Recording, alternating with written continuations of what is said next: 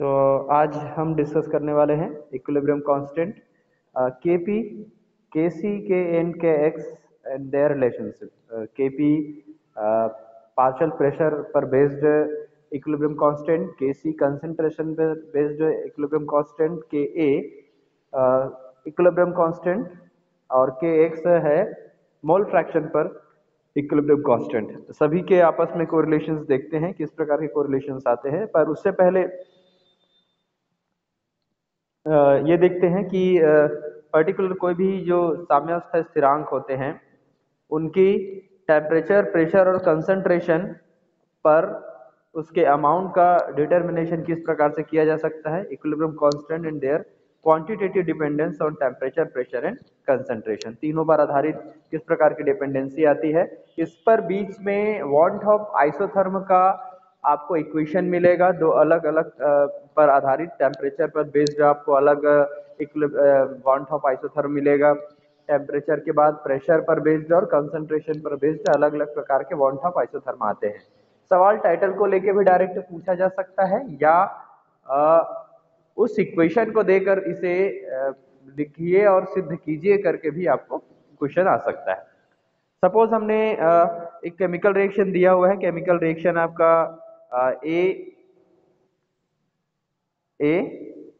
B M और N है, जहां पर कैपिटल ए बी जो है वो आपका रिएक्टेंट है जिसका concentration small A and small B, और प्रोडक्ट कैपिटल एम और कैपिटल एन है जिसका कंसंट्रेशन और नंबर ऑफ मोल्स है स्मॉल एम और स्मॉल एन है। तो आप ये जानते हैं कि केस इज इक्वल टू, अगर कंसंट्रेशन पर बेस्ड हम लोग अगर कैलकुलेशन करते हैं तो हम जो भी कंसंट्रेशन रहता है उसके ऊपर में ये पावर के रूप में लेते हैं।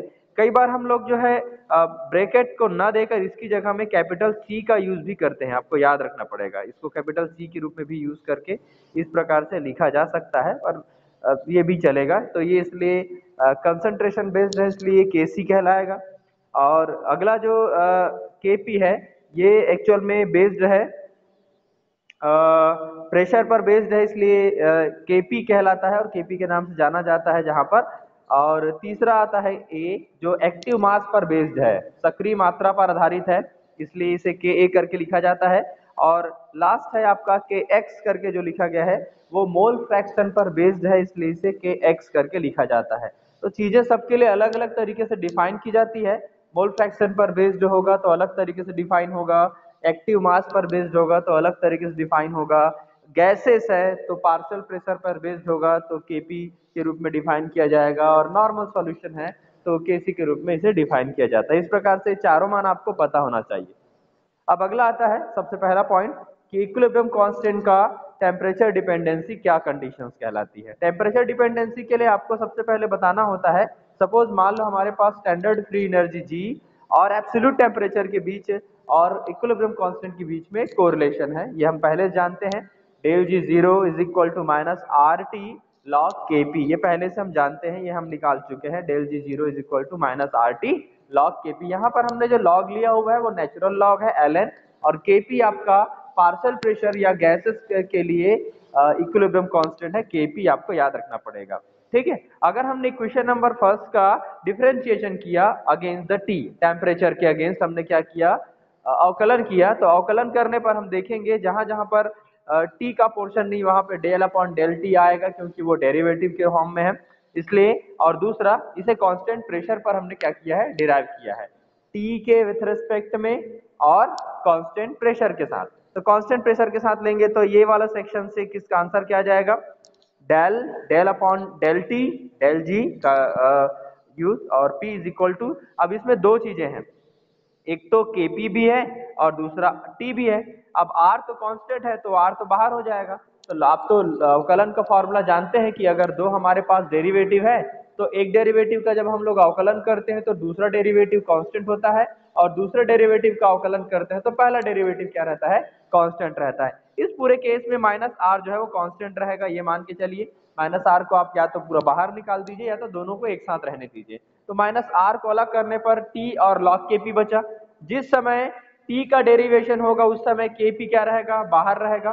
तो ये वाला पहला सेक्शन आएगा जिसमें टी का डेरिवेशन हुआ तो टी का डेरिवेशन की वैल्यू आएगी 1, और उसके बाद जब टी जो है बाहर होगा उस समय लॉग Kp का क्या होगा, डेरिवेशन होगा, तो d upon D t log Kp। ये इक्वेशन नंबर आपको 2 मिल जाएगा। इक्वेशन नंबर 2 में दोनों पक्षों में हमने t को मल्टीप्लाई किया, इसे रिप्लेस करने के लिए दोनों पक्षों में हमने मल्टीप्लाई किया, तो इस सेक्शन में मल्टीप्लाई होकर t आ गया। यहाँ पर केवल r था, r के साथ t आ गया, और यहाँ पे एक t था और t के साथ एक और t आने से क्या हो जाएगा, t स्क्वायर हो जाएगा। अब आप थोड़ा ध्यान देंगे, इक्वेशन नंबर 1 को गौर से देखें तो इक्वेशन नंबर 1 की जगह minus R T log Kp है, उसकी जगह हम डेल जी जीरो रख सकते हैं इक्वेशन 1 में। इक्वेशन 1 से हमने इक्वेशन 3 में वैल्यू को पुट किया, इक्वेशन 1 से इक्वेशन 3 में हमने वैल्यू को पुट किया, तो जहां पर minus R T log Kp था उसकी जगह में क्या आ जाएगा, डेल जी जीरो आ जाएगा। डेल जी जीरो मानक मुक्त ऊर्जा स्टैंडर्ड फ्री एनर्जी वैल्यू आ जाएगी। अब आपको ये बताना है, इस वैल्यू के साथ गिब्स हेल्महोल्ट्ज का एक इक्वेशन और आता है जिसका मान होता है del G zero is equal to del H zero plus T del upon del T del G zero del P. ये पहले से डिसाइडेड वाला वैल्यू है जिसको स्टैंडर्ड फ्री एनर्जी के लिए निकाला जाता है गिब्स हेल्महोल्ट्ज इक्वेशन के थ्रू, पहले निकल चुका है आपका थर्मोडायनेमिक 2 में निकल चुका है। अब यहाँ से आपने डेल एच को पक्षांतर किया, डेल एच को पक्षांतर करने पर एक तरफ में क्या आया, del G zero minus del H, और एक तरफ क्या आ गया, टी, ये वाला section del upon del G del upon del T del G zero का पी वैल्यू। इक्वेशन 4 और इक्वेशन 6 को आप देखेंगे तो एक पक्ष आपस में क्या है, समान है। ये अब ये पक्ष आपस में समान है तो दूसरा पक्ष आपस में क्या हो जाएंगे, इक्वल हो जाएंगे। तो ये हो जाएगा आपका del G zero minus R T square ये वाला वैल्यू, और डी अपॉन डी टी के पी, और उसी प्रकार del G zero minus del T del H. तो एक तरफ से ये मान लीजिए डेल जी जीरो कैंसिल हो गए और माइनस कैंसिल हो गया, तो जो बचा वो लिख दिया हमने। क्या बचा इधर, आर टी का square D upon D t log K P, और इधर क्या बचा आपका, डेल एच जीरो बचा। अब डेल एच जीरो की तरफ मैंने आर टी को पक्षांतर कर दिया तो आ जाएगा d upon D t log K P is equal to del H zero R T का स्क्वायर। ये इस इक्वेशन में आपको टेम्परेचर डिपेंडेंसी दिख रहा होगा कि टेम्परेचर पर आधारित है लॉग के पी का मान। यदि T का मान तेजी से क्या होते जाएगा, बढ़ते जाएगा, लॉग के पी का मान तेजी से क्या होते जाएगा, घटते जाएगा। इसका तात्पर्य होगा कि यह अभिक्रिया, ये वाला जो इक्वेशन है, इक्विलिब्रियम स्टेट जो है, वो टेम्परेचर पर डिपेंडेंट है, और इसके टेम्परेचर के वैल्यू के बेस पे आप किसका मान निकाल सकते हैं, के पी का मान निकाल सकते हैं, क्योंकि आपको पता है डेल एच और आर दोनों जो है वो कांस्टेंट वैल्यू है, दोनों के दोनों जो है वो एक प्रकार के स्थिरांक है टी को छोड़कर। तो इस आधार पर आप टी पर यह अभिक्रिया निर्भर करता है, जिसको हमने टेम्परेचर डिपेंडेंसी के रूप में इक्वेशन को देखा था। अगला आता है आपका, अगर इसका आप दूसरा फॉर्म निकालना चाहें तो इसी में से जो आपका नीचे वाला dt वाला हिस्सा था जो आपने यहाँ पे लिया था, ये dt वाले हिस्से को आपने क्या किया, मान लो पक्षांतर किया, तो पक्षांतर करने के बाद आपके लिए इक्वेशन नंबर कौन सा मिलेगा, 9 मिलेगा। इक्वेशन नंबर 9 में आपने जब पक्षांतर देखा कि एक तरफ d log kp या एक तरफ है del H upon del R T square dot D T. क्योंकि वो मानक अवस्था में था इसलिए हमने डेल एच को क्या लिया था, डेल एच जीरो लिया था।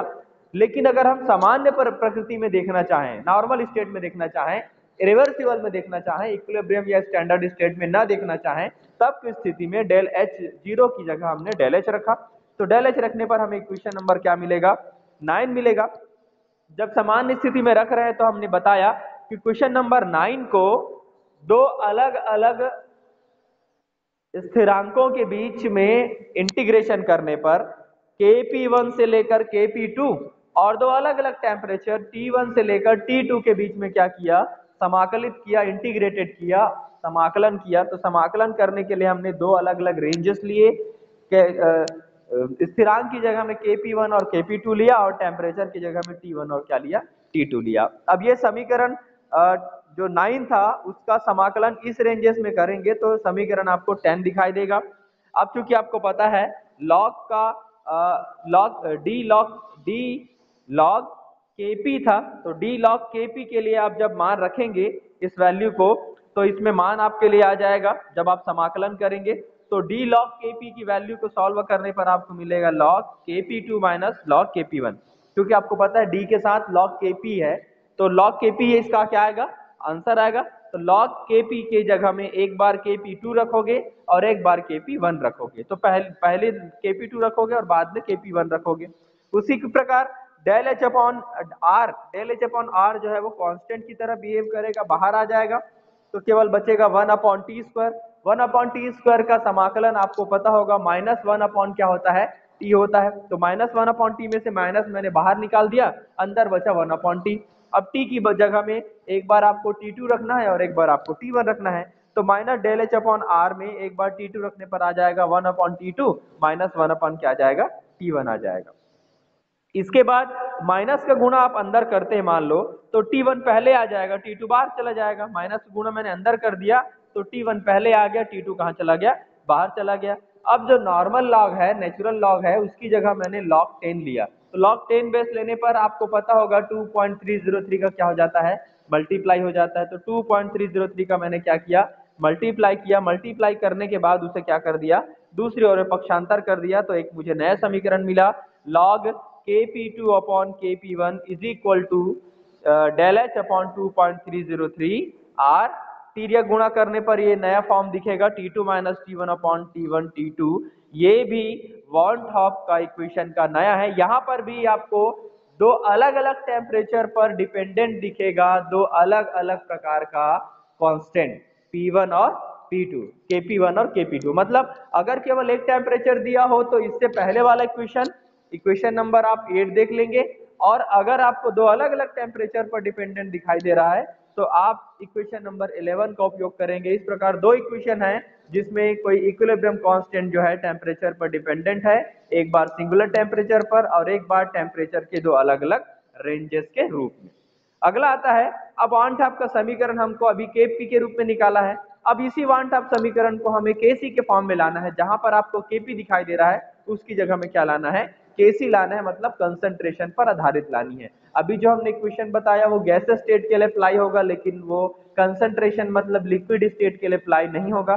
तो लिक्विड स्टेट के लिए अप्लाई करने के लिए वन टॉप समीकरण को चेंज करके Kp की जगह क्या लाना है, Kc। तो हम ये देखते हैं, हम ये जानते हैं पहले से कि Kc इज इक्वल टू होता है Cm power m into Cn power n upon Ca in power a into Cb power b, और Kp बराबर होता है partial pressure Pm m into Pnn upon Paa into Pb होता है। लेकिन हम ये जानते हैं आइडियल गैस इक्वेशन से Pv इज इक्वल टू क्या होता है, nRT होता है, जहां पर अगर आप V को पक्षांतर करते हैं तो ये हो जाता है n अपॉन वी।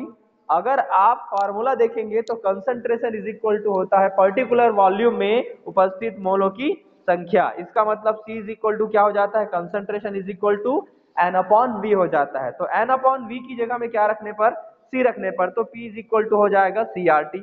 तो हमारे पास जो Kp का फॉर्मूला था, Kp is equal to P वाला जो फार्मूला था, ये वाला जो आपको फार्मूला दिखाई देगा, इस वाले फार्मूला में जहां जहां आपको P दिखाई दे रहा है वहां वहां क्या रखना है, CRT रखना है। तो CRT रखने पर आपको इस प्रकार से नजर आएगा, CMRT की पावर M, CNRT की पावर N, CART की पावर A, CBRT की पावर B। अब उसमें से आप RT को सभी में से सेपरेट कर दीजिए। RT को कंटिन्यूअसली जब सेपरेट करते जाएंगे तो आपको ये इक्वेशन मिलेगा जिसमें RT अलग है। अब RT में RT का बेस इक्वल है, तो M और M जो पावर है वो आपस में जुड़ जाएंगे, तो ऊपर का पावर आ जाएगा RT M और नीचे आ जाएगा RT A प्लस B। आपको चूंकि पता है ये किसी का इक्वेशन है CMM वाला, ये आपको पता है किसका मान है, Kc का मान है, जो कि हमने अभी थोड़ी देर पहले बताया था। Kc, उसकी जगह में Kc को पुट कर दीजिए और साथ में नीचे के RT को ऊपर तरफ ले जाइए, तो आपको पता है पावर में क्या आ जाएगा, माइनस आ जाएगा। तो M प्लस N माइनस क्या हो जाएगा, A प्लस B। इसकी जगह में आप डेल N रख सकते हैं। डेल N का मतलब है प्रोडक्ट माइनस रिएक्टेंट, मतलब प्रोडक्ट के अणुओं की संख्या या मोलों की संख्या माइनस रिएक्टेंट की मोलों की संख्या, उसकी जगह में आपने डेल N रख दिया। तो Kp इज इक्वल टू हो जाएगा Kc into RT to the power del N। इस प्रकार से ये संबंध आपको Kp और Kc के बीच मिल गया। इस संबंध का या समीकरण 12 का उपयोग आपको इसके पहले वाले समीकरण पर उपयोग करना है। अगर आप देखेंगे इस समीकरण को हमने दोनों पक्षों में लॉग लिया, Kp is equal to KcRT del N में, तो लॉग लेने पर आपने देखा होगा कि अगर अंदर में कोई दो फैक्टर के बीच में मल्टीप्लाई का साइन होता है तो उसे प्लस के रूप में अलग कर देता है, तो log KC और क्या जाएगा log RT। उसके बाद दूसरा क्या किया, पावर में जो रहता है वो कहाँ आ जाता है, log लेने पर सामने आ जाता है, तो डेल n कहाँ गया, सामने आ गया। फिर उसके बाद R और T भी अलग अलग है, तो एक बार डेल n log R आ जाएगा, एक बार डेल n log T आ जाएगा। तो दो अलग अलग करने पर हमें समीकरण कौन सा मिलेगा, 13 मिलेगा। समीकरण 13 को हमने इंटीग्रेट किया, इंटीग्रेशन सॉरी, इसमें डिफरेंशिएशन आएगा ना, थोड़ा सा मिस्टेक हो गया है।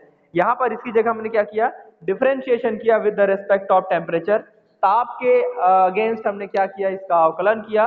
ताप के अगेंस्ट अवकलन करने पर d upon D t log Kp आएगा, d upon D t Kc upon D t आएगा इसमें, और इसमें आ जाएगा d upon D t del n log R और d upon D t del n log T आ जाएगा। तो आपको पता होगा कि इसमें तो कोई फैक्टर डेल T का है नहीं, और ना ही इसमें कोई डेरिवेटिव है, क्योंकि log R में R एक कांस्टेंट है। अगर R एक कांस्टेंट होगा तो पूरा का पूरा फैक्टर क्या हो जाएगा, आपका जीरो हो जाएगा, क्योंकि डेल n का मान भी ऑलमोस्ट आपको क्या मिलेगा, कांस्टेंट मिलता है, तो ये पूरा फैक्टर जीरो हो जाएगा। अब आपके पास क्या बचा, एक तो d upon D t log Kp, d upon D t log Kc, और क्या बचा, log T का जो आपका अवकलन होता है वो क्या होता है, 1/t होता है। तो log और डेल एन क्या आ जाएगा बाहर, तो इधर हो जाएगा आपका डेल एन अपॉन टी हो जाएगा। इक्वेशन नंबर क्या आएगा, 14। इक्वेशन नंबर 14 में,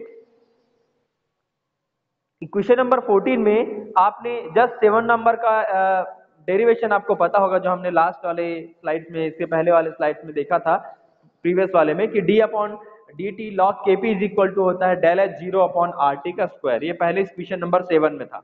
अब इक्वेशन नंबर 7 और इक्वेशन नंबर कौन सा, 14 में हमने देखा। इक्वेशन नंबर 14 क्या है आपका, देख लीजिए, अभी जो आपको मैंने दिखाया थोड़ी देर पहले। इक्वेशन नंबर 14 आपका था, एक तरफ है d upon D t log Kp, जिसके इस तरफ ये वाला मान है, तो ये वाला मान और इसका ये वाला मान आपस में क्या हो जाएंगे, बराबर हो जाएंगे, क्योंकि दूसरा छोर आपस में क्या है, समान है। तो del d upon D t log Kc plus del n upon t is equal to क्या हो जाएगा, del H zero R T का स्क्वायर। इसमें डेल एन अपॉन टी को हमने पक्षांतर कर दिया दूसरी ओर, तो ये कुछ इस प्रकार से समीकरण नजर आएगा। उसके बाद हमने इसे सॉल्व किया, आर टी स्क्वायर और टी का हमने क्या लिया, एलसीएम लिया, तो हमारे पास आर टी स्क्वायर आएगा, और सॉल्व करने पर ये फैक्टर आ जाएगा। इक्वेशन नंबर 15 आपको मिलेगा। हम ये जानते हैं कि del H zero is equal to होता है del h e plus PV या पी डेल वी होता है, आपको याद होगा। पी डेल वी की जगह में डेल एन आर टी लिख सकते हैं आप। डेल एन आर टी को मैंने क्या कर दिया, पक्षांतर कर दिया। पक्षांतर करने पर हो जाएगा del H zero minus del n R T is equal to del E zero. अब आप देख रहे हैं कि यहाँ पर है del H zero minus del n R T, तो minus del n R T की जगह में मैं क्या रख सकता हूँ, डेल ई जीरो रख सकता हूँ। तो डेल ई जीरो रखने पर मुझे समीकरण मिला कौन सा, d upon D t log K C is equal to del E zero upon R T square. आपको ये दिख रहा होगा, इस समीकरण में टेम्परेचर पर डिपेंडेंट कर रहा है कौन सा, लॉग के सी। आपको दिखाई दे रहा होगा लॉग के सी, सी कंसंट्रेशन पे डिपेंडेंट है, आपका के सी का वैल्यू किस पे डिपेंडेंट है। ये भी एक प्रकार का वॉन हाफ आइसोथर्मल का क्या है, इक्वेशन है। बस ये अंतर याद रखना, इस इक्वेशन में जो इक्विलिब्रियम कांस्टेंट है के सी है, वो किस पर डिपेंडेंट कर रहा है, टेम्परेचर पर डिपेंडेंट है। उसी प्रकार जिस प्रकार इससे पहले वाले इक्वेशन में कौन आपका जो केपी था वो टेम्परेचर पर डिपेंडेंट था। तो ये भी एक प्रकार का क्या होगा, वान हाफ का आइसोथर्म का क्या कहलाएगा, इक्वेशन कहलाएगा। इसके बाद आता है आपका pressure dependence of equilibrium constant. तो हमने इससे ठीक पहले क्या देखा था, टेम्परेचर डिपेंडेंस देखा था, कि हमने रिएक्शन पे देखा था कि पहले वाले केपी वाले मान में भी वो टेम्परेचर पर किस प्रकार डिपेंडेंट था, और केसी वाले मान में भी वो किस प्रकार से टेम्परेचर डिपेंडेंट था। अब हमें देखना है कि ये प्रेशर पर डिपेंडेंट किस प्रकार रहता है, दाब पर किस प्रकार से ये निर्भर रहता है, जो केपी या केसी का जो मान आता है, ठीक है, या कोई भी इक्विलिब्रियम कांस्टेंट जो मान आता है। ज्यादातर हम लोग यहाँ पे वैल्यू देखेंगे, इसमें के एक्स का मान देखेंगे, के एक्स का वैल्यू देखेंगे। के एक्स मतलब आपके लिए के एक्स का तात्पर्य, जब हम मोल फ्रैक्शन को लेते हैं, मोल प्रभाज को लेते हैं, उस समय हम लोग के एक्स का प्रयोग करते हैं। आप ये जानते हैं कि केपी और केसी के दोनों फार्मूला में कहीं पर भी पी का उपयोग नहीं हुआ है। जैसा आपने देखा होगा कि यहाँ पर वाले फार्मूला में कहीं पर आपको पी दिखाई दे रहा है क्या, नहीं है। इसके पहले वाले फार्मूला भी कहीं पर पी दिखाई दे रहा है क्या, नहीं। इसका तात्पर्य तो ये हुआ कि केपी और केसी पूरी तरह से प्रेशर से रिलीज है, मतलब दाब पर निर्भर नहीं करता है। तो उसके समीकरण तो दिखेंगे नहीं आपको यहाँ पे, क्योंकि दाब पे निर्भर है ही नहीं वो। तो हमें एक ऐसा इक्विलिब्रियम कांस्टेंट की जरूरत पड़ेगी जो दाब पर आधारित होगा।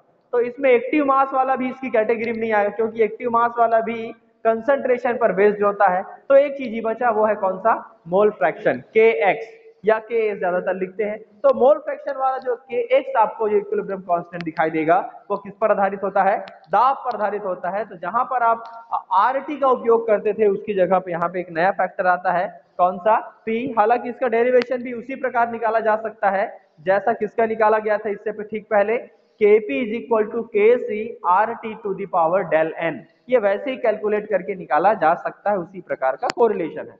तो अब यहाँ पर सेम वही प्रोसेस करना है। इक्वेशन नंबर 1 के दोनों पक्षों में आपको क्या करना है, लॉग लेना है। लॉग लेने के बाद उसे आप डिवाइड करेंगे तो आपको पता है del n minus del n कहाँ जाएगा, सामने आ जाएगा। फिर आपको क्या करना पड़ेगा, टी के अगेंस्ट क्या करना पड़ेगा, सॉरी पी के अगेंस्ट क्या करना पड़ेगा, डिफरेंशिएशन करना पड़ेगा, अवकलन करना पड़ेगा।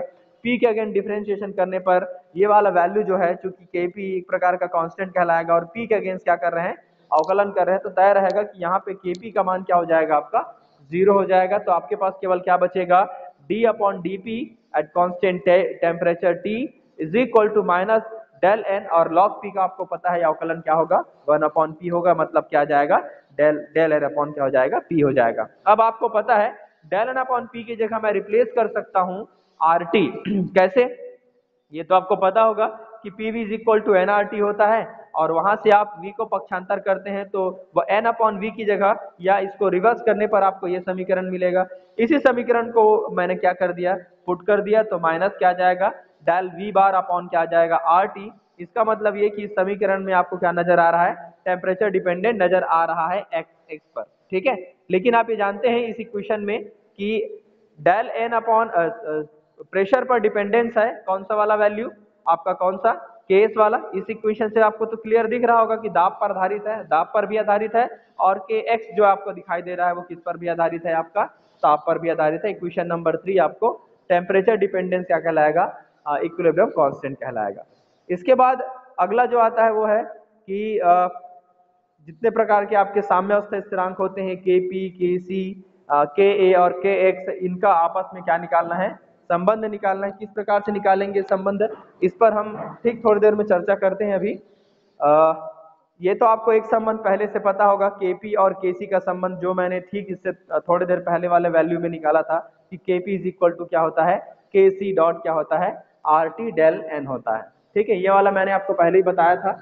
इसके तुरंत बाद मैं अभी जो और आपके संबंध है जिसमें Ka और Kx आएगा, वो वाला इश्यू मैं बताता हूँ। पर इससे पहले अगर आपको कोई डाउट्स होगा तो आप पूछना चाहे तो पूछ सकते हैं।